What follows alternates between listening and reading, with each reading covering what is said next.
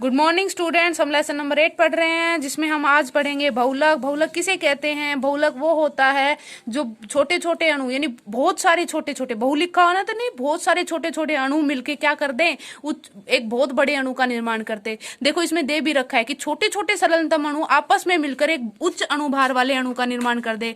यानी एक छोटा छोटे अणु है आपस में मिलके क्या कर दें, एक उच्च अणुभार वाले अणु का निर्माण कर दें। वो क्या कहलाएगा? बहुलक कहलाएगा। और जो छोटा अणु होता है उसको एकलक कहते हैं, यानी एक से बहुत सारे बनते हैं तो एकलक वो कहेगा जो एक अणु जिससे वो बना है। अब जैसे इसमें देखो आइसोप्रीन से क्या बना है? पॉली आइसोप्रीन बना है, तो आइसोप्रीन एकलक हो जाएगा। और पॉली आइसोप्रीन यानी इसी से बहुत सारे, इसके बहुत सारे यौगिक अणु मिलके क्या बनाएंगे? Poly isoprene. और बहुलक को इंग्लिश में पॉलीमर कहते हैं। पॉली लगा हुआ होता है इसलिए इसके आगे क्या लगता है? पॉली लग जाता है। नाम इनका वैसा का वैसा। आइसोप्रीन था, बहुलक बना तो पॉली आगे लग गया, क्योंकि पॉली का मतलब पॉलीमर ही होता है। बहुलक को इंग्लिश में बोलते हैं पॉली आइसोप्रीन। चलो ये तो ठीक है। बहुलक किसे कहेंगे भाई? छोटे छोटे अणु मिलके एक उच्च अणुभार वाला अणु का निर्माण कर देंगे, उसको क्या कहेंगे? बहुलक कहेंगे। दो प्रकार के होते हैं, प्राकृतिक और संश्लेषित। प्राकृतिक नाम से ही हो रहा है, प्रकृति से प्राप्त होगा।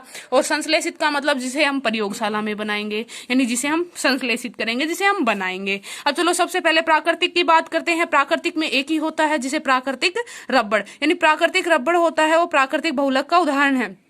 प्राकृतिक रबड़ में क्या होता है? हम जानते हैं रबड़ किससे प्राप्त होता है? रबड़ एक वृक्ष से प्राप्त होता है, यानी वृक्ष में एक द्रव्य के रूप में, यानी जब उस वृक्ष से एक द्रव्य निकलता है, गाढ़ा द्रव निकलता है, जिसको क्या कहते हैं? लेटेक्स कहते हैं। यानी जो वो द्रव पानी से निकलता है ना, वो द्रव्य जो निकलता है वो लेटेक्स कहलाता है। उसको रबड़ क्षीर भी बोलते हैं, उसी का नाम है लेटेक्स या रबड़ क्षीर। वो जो वृक्ष होता है, जिस पेड़ से वो रबड़ प्राप्त होता है, उसमें से जो द्रव्य निकलता है उसको लेटेक्स या रबड़ क्षीर होते हैं कहते हैं। तो ये जो होते हैं ये आइसोप्रीन के बहुलक होते हैं, यानी इसमें क्या होता है? आइसोप्रीन होता है। यानी जो प्राकृतिक रबड़ होता है वो किसका बना हुआ होता है? आइसोप्रीन का। अब देखो ये बनता कैसे है। अब देखो ये आइसोप्रीन है ना, तो आइसोप्रीन का ये सूत्र होता है, यानी आइसोप्रीन ऐसे लिखा जाता है। तो आइसोप्रीन से पॉली आइसोप्रीन बन जाएगा, यानी इसकी ही एन इकाइयां जुड़ के पॉली आइसोप्रीन बना देंगी। अब देखो होता क्या है, जब भी बहुलक बनता है अगर डबल बॉन्ड हो तो वो सबसे पहले डबल बॉन्ड को हटाएगा, ताकि यहां से मेन चीज है, जब भी बहुलक बनता है तो ये दोनों रास्ते खोलेगा, तभी तो कोई आके जुड़ेगा। देखो एक यहाँ जुड़ेगा, एक यहाँ जुड़ेगा, फिर वो भी दो रास्ते खोलेगा, एक वहां जुड़ेगा, एक वहां जुड़ेगा, तभी तो ये इकाइयां जुड़ेंगी। इसलिए क्या करता है, अपनी जो साइड की लाइनें हैं वो खोलेगा। अब साइड की लाइनें खोलने के लिए क्या करना पड़ेगा? या तो ये हाइड्रोजन, एक हाइड्रोजन निकले, क्योंकि इसको खाली करना पड़ेगा। भाई कार्बन की 5 संयोजकता तो हो नहीं सकती, तो इसका मतलब ये इसको खाली करेगा। तो खाली करने के लिए इसके पास हाइड्रोजन है तो हाइड्रोजन को निकालने की कोशिश करेगा, डबल बॉन्ड है तो डबल बॉन्ड को निकालने की कोशिश करेगा, अगर जल निकल रहा है तो जल निकलने। लगभग जो भी बहुलक होते हैं में या तो जल निकलता है या डबल बॉन्ड निकलता है। अब इसमें जल तो कहीं से दिख नहीं रहा है कि भाई ऑक्सीजन कहां से लाएं जल के लिए, तो इसमें निकल नहीं रहा है, तो इसमें से ये क्या करेगा? डबल बॉन्ड आसानी से निकाल देगा। तो डबल बॉन्ड निकालने के लिए इसने एक डबल बॉन्ड निकाल दिया और ये वो हो गया, लेकिन ये डबल बॉन्ड नहीं निकाल पाएगा, सिर्फ एक ही डबल बॉन्ड निकल पाता है, दूसरा नहीं निकलेगा। तो इसने क्या किया? देखो इसने डबल बॉन्ड जब निकाला था ना, तो इसके पास क्या आ गई? एक कमी आ गई, क्योंकि 1 2 3, क्योंकि डबल बॉन्ड नहीं निकला, डबल बॉन्ड निकल गया तो यहाँ पे एक सिंगल बॉन्ड हो गया।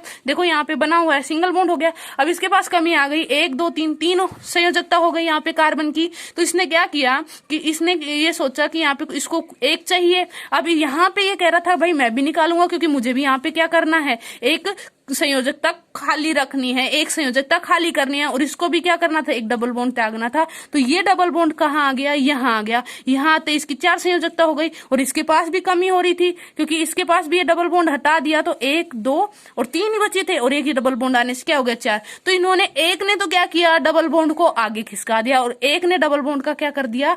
त्याग कर दिया। इसका मतलब जो भी है इस आइसोप्रीन से क्या बन गया? पॉली आइसोप्रीन बना। मतलब जब भी कोई पॉलीमर बनता है या जब भी कोई बहुलक बनता है तो साइड की जो जगह है उसको खोलना पड़ता है, यानी जो लास्ट की जगह होती है, यानी कार्बन के यहाँ पे दोनों साइडें खोलनी पड़ेंगी। दोनों साइडें खोलने के लिए या तो डबल बॉन्ड हटाओ या फिर H2 यानी जल को हटाओ। तो इस हिसाब से किया जाता। तो जल तो था नहीं, इसने डबल बॉन्ड को आसानी से हटा दिया। एक ही डबल बॉन्ड हटा सकता है, तो दूसरा डबल बॉन्ड इसने क्या कर दिया? एडजस्ट कर दिया, ताकि वो जगह खोल सके। तो देखो यहाँ पे भी खुल गई और यहाँ पे भी खुल गई, और ये क्या बन गया? पॉलीआइसोप्रीन। वो का वो सूत्र है, एक डबल बॉन्ड यहाँ शिफ्ट हो गया और एक डबल बॉन्ड त्याग दिया इसने, और ये क्या हो गया, ये लाइनें खुल गई, यानी इसकी जो साइडें थी वो खुल गई। आइसोप्रीन से क्या बन गया, पॉली आइसोप्रीन। अब एक इसमें एक बहुत ही अच्छा क्वेश्चन आता है। एक तो ये होता है कि रबड़ किसके बहुलक होते हैं, रबड़ आइसोप्रीन के बहुलक होते हैं। कौन से रबड़, प्राकृतिक रबड़।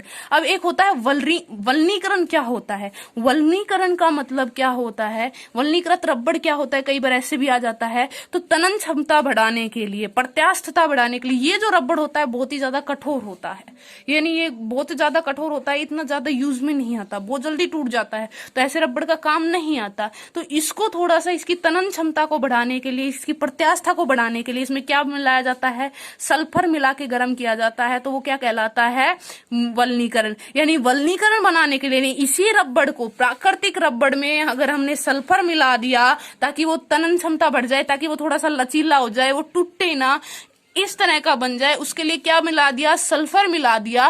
तो सल्फर मिला के गर्म कर लिया, तो इस प्रक्रिया को क्या कहेंगे, वल्नीकरण कहेंगे। तो वल्नीकरण हो गया। देखो प्राकृतिक रबड़ किसे कहते हैं, आइसोप्रीन के बहुलक होते हैं। कैसे बनते हैं पता चल गया। अब देखो वल्नीकरण क्या होता है, तनन क्षमता बढ़ाने के लिए क्या करते हैं, प्रत्यास्थता बढ़ाने के लिए, प्रत्यास्थता बढ़ाने के लिए क्या करते हैं, सल्फर मिला दी जाती है, तो इससे क्या कहते हैं, वल्नीकरण कहते हैं। अब देखो संश्लेषित बहुलक, प्राकृतिक बहुलक में सिर्फ एक ही है, प्राकृतिक रबड़। ठीक है। अब संश्लेषित बहुलक में कई प्रकार आएंगे, जिसमें पहला जो बहुलक है वो कृत्रिम रेशे है, यानी संश्लेषित बहुलक का ही एक पार्ट है। संश्लेषित बहुलक किसे कहेंगे, जिसे हम प्रयोगशाला में बनाते हैं वो संश्लेषित बहुलक कहलाते हैं। तो उसमें पहला है कृत्रिम रेशे, लगभग रबड़ जैसे बहुलक जो होते हैं ना, लगभग रबड़ जैसा पदार्थ ही प्राप्त करने के काम आते हैं। तो कृत्रिम रेशों में नाइलॉन 66 यानी नाइलॉन 66 बनाएंगे सबसे पहले। नाइलॉन 66 होता क्या है भाई, देखो एडिपिक अम्ल और हेक्सामेथिलीन डाइएमीन को की परस्पर अभिक्रिया कराने पर क्या बनता है, नाइलॉन 66। एडिपिक अम्ल किसे कहते हैं, देखो CH2 4 होते हैं, यानी मैथिलीन के 4, और यहाँ पे COOH होता है, COOH इसको खोल के लिख रखा है, COOH यानी CH2 तो 4 होते हैं, और इसमें COOH दोनों साइडों में लगा हुआ होता है। और हेक्सामेथिलीन, मैथिलीन कितने हैं इसमें, 6, और डाइएमीन यानी 2 एमीन है, तो NH2 होता है, खोल के लिख रखा है ताकि बंद तोड़ सके। देखो मैंने कहा था या तो डबल बॉन्ड तोड़ेगा या फिर जल निकालेगा, तो इसमें देखो जल के सिम्टम्स बन रहे हैं, OH ये रहा, H ये रहा, इसलिए इसको खोल के लिखा गया है ताकि ये आसानी से क्या कर दे, जल को त्याग दे। बाकी कुछ नहीं, COOH ही होता है, यानी CH2 4। एडिपिक अम्ल में CH2 के 4 होते हैं, COOH इधर भी COOH, और हेक्सामेथिलीन डाइएमीन ये तो नाम से ही हो रहा है, मैथिलीन कितने हैं, 6 हैं, डाइएमीन दोनों तरफ एमीन लग गए। ठीक है, ये हो गया। अब क्या करेंगे, ये जल त्यागेगा तो NH2 का होता है, तो NH और H ये लिख रखा है, H2 का मतलब दो 2H होंगे, तो ये H और ये OH आपस में क्या कर लेंगे, क्रिया कर लेंगे, क्या निकाल देंगे, जल को निकाल देंगे। अब जल निकल गया यहाँ से, तो ये बॉन्ड कहाँ लग गया, सीधा यहाँ लग गया। ठीक है, अब ये बन गया। अब इधर से भी खाली करेगा, इधर से खाली करेगा तो OH तो ये रहा भाई।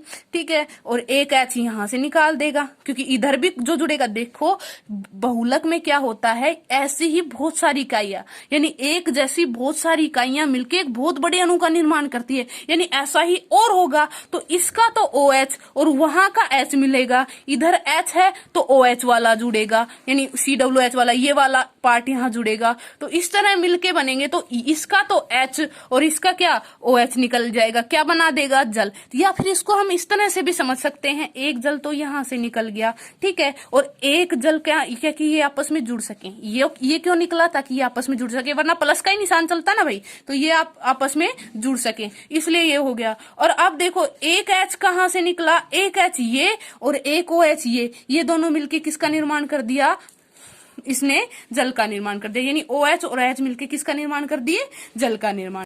अब देखो इससे बना क्या है, देखो इससे क्या बना, देखो OH और H यहाँ पे मिल गया, तो यहाँ पे क्या बनना चाहिए, NH, क्योंकि H2O तो निकल गया, तो यहाँ पे NH, और NH डायरेक्ट किससे जुड़ गया, C के साथ, C डबल बॉन्ड हो, यहाँ पे CH2 4 था, CH2 4, या CH2 6 था, CH2 6, यहाँ पे एक H निकल गया था, NH बचा था, NH, और यहाँ पे एक जगह क्या हो गई, खाली। मैंने कहा था ना दोनों साइडें खाली रखना चाहता है, तो एक यहाँ पे खाली हो गई। अब देखो यहाँ पे क्या हो गया, यहाँ पे OH निकल गया था, इसका OH और इसका H मिला था ना, मैंने कहा था ना इस हिसाब से बना सकते हैं। तो इसका OH और इसका H निकला था ना, तो हमने क्या किया, ये OH निकल गया तो यहाँ पे एक बन गया, यानी यहाँ से OH, यहाँ से OH, इसका H और इसका H आपस में निकल गए और क्या बन गया, नायलॉन 66, यानी नायलॉन 66 बन गया। तो आ गया होगा समझ में, क्या लिया था, एडीपी कम्ल लिया था हमने।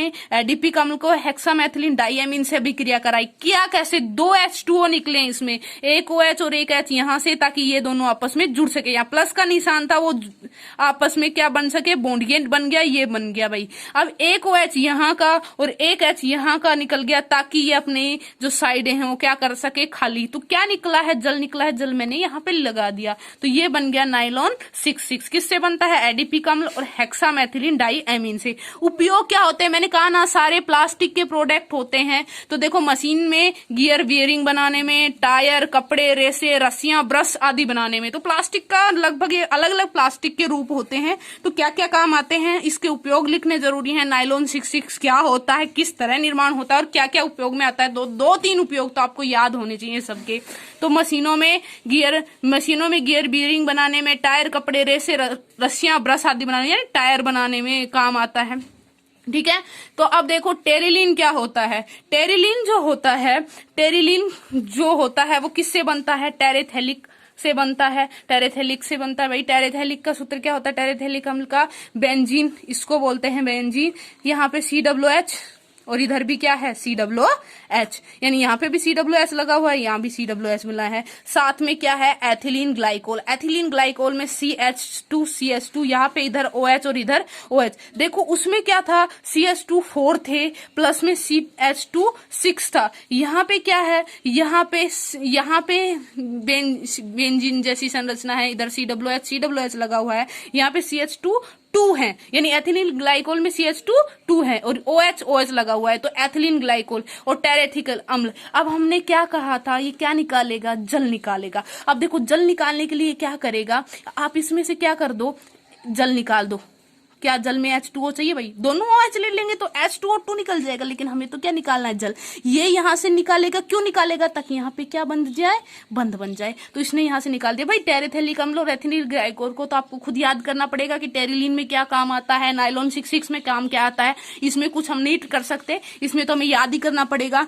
टेरिलीन में टेरेथिक अम्ल आता है, नायलॉन 66 में एडीपी अम्ल आता है, वो 6 से बनता है, 6 से, ये 6 मतलब 2 से बनता है। तो इस हिसाब से आपको ध्यान तो रखना पड़ेगा। हाँ, ये ध्यान रख सकते हो कि ये निकलता कैसे, इससे जो पॉलीमर जो बनता है वो आप वो कर सकते हो। तो यहाँ पे OH और H निकल गया, तो क्या बच गया, एक O बच गया ना, यहाँ पे ये O यहाँ पे लगा हुआ है, बाकी की वैसी संरचना है। देखो ये O बच गया, C डबल बॉन्ड O, ये बेंजीन जैसी संरचना ये रही, CH2 यहाँ पे CH2। अब मैंने क्या कहा था, H2 यहाँ से भी निकलेगा, H2O यहाँ से भी निकलेगा। तो देखो HO, देखो यहाँ पे इसका O छूट गया था, तो इधर इसका छूटना चाहिए, सही है ना, क्योंकि भाई एक बार इसने त्याग कर दिया तो एक बार इसको त्याग करना पड़ेगा। तो इसने क्या किया, OH इसने त्याग दिया और यहाँ पे क्या त्याग दिया, H, क्योंकि जल निकालने के लिए तो H2O ही चाहिए। तो OH यहाँ का निकल गया और H यहाँ का निकल गया और एक एक सिंगल बॉन्ड यहाँ से इसकी साइडें खुल गई, क्योंकि कुछ त्यागेगा तभी ही साइडें खुलती हैं। और वो ज्यादातर क्या त्यागता है, डबल बॉन्ड या जल त्यागता है। ये बात ध्यान रख लेना, पॉलीमर में डबल बॉन्ड या जल त्यागता है। तो इसमें देखो टेरेथिक अम्ल में हमने यहाँ पे जल निकाल दिया ताकि ये प्लस की जगह बॉन्डिंग आ जाए। यहाँ पे OH और H निकाल दिया ताकि क्या हो जाए, ये साइडें खाली हो जाए, यहाँ पे बॉन्डिंग हो जाए ताकि और आके इससे जुड़ सके। पॉलीमर तभी बनता है, एक एकलक इकाई से बहुत सारी इकाइयां जुड़ती हैं, तभी तो बहुलक बनता है। ठीक है, तो यहाँ पे क्या हो गया, ये बॉन्ड खुल गया, इधर से ये बॉन्ड खुल गया, यहाँ पे N लगा देते हैं। देखो टेरेथेलिक अम्ल बना था ना और एथिलीन ग्लाइकोल था, इन दोनों से मिला है, तो इसका नाम भी क्या बनेगा, पोली लग जाएगा। देखो पॉलीमर्स जो होते हैं या बहुलक होते हैं उनके आगे पोली लग जाता है, पोली एथिलीन, क्योंकि एथिलीन ग्लाइक से बना है तो एथिलीन टेरेथेलिक बहुलक, यानी इसका नाम ये भी है, पोली एथिलीन टेरेथेलिक बहुलक, या इसको टेरिलीन भी बोलते हैं। क्या बोलते हैं इसको, टेरिलीन। 10 जल के अणु निकलते, N जल के अणु निकलते हैं। उपयोग किसमें आता है, कपड़े, नाव की पाल, बेल्ट, चुंबकीय टेप, यानी ये सब बनाने के काम आता है। कपड़े बनाने के लिए नाव की पाल, बेल्ट, चुंबकीय टेप आदि बनाने के काम आता है। आज के लिए इतना ही, थैंक यू।